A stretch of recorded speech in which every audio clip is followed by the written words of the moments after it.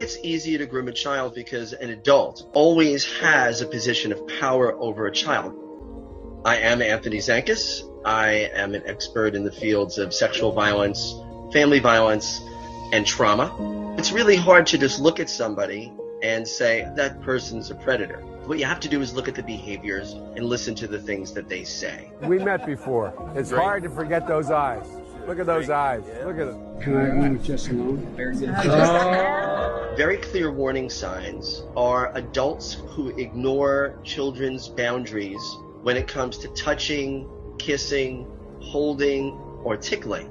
They will engage in those behaviors with the child and continue them despite the fact that a child squirms away or pulls away or voices any sort of discomfort verbally or non-verbally. Most adults take those cues and realize, oh, they don't want to be hugged or tickled right now, and that's fine.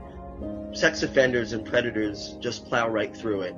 Another is sexualizing a child by talking about dating or their bodies in a way that would not be appropriate for their age. How old are you, 17?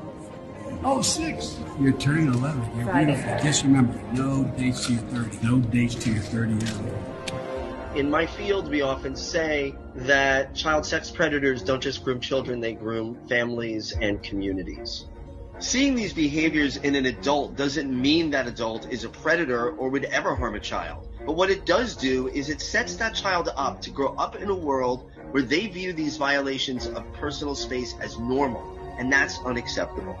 Everyone, regardless of their gender expression or age, deserves to walk through this world with their physical boundaries intact and not living in fear that they'll be violated.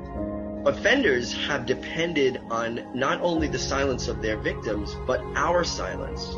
If we allow children the permission to say no or speak up for them when they can't, we're going to go a long way in preventing so much harm.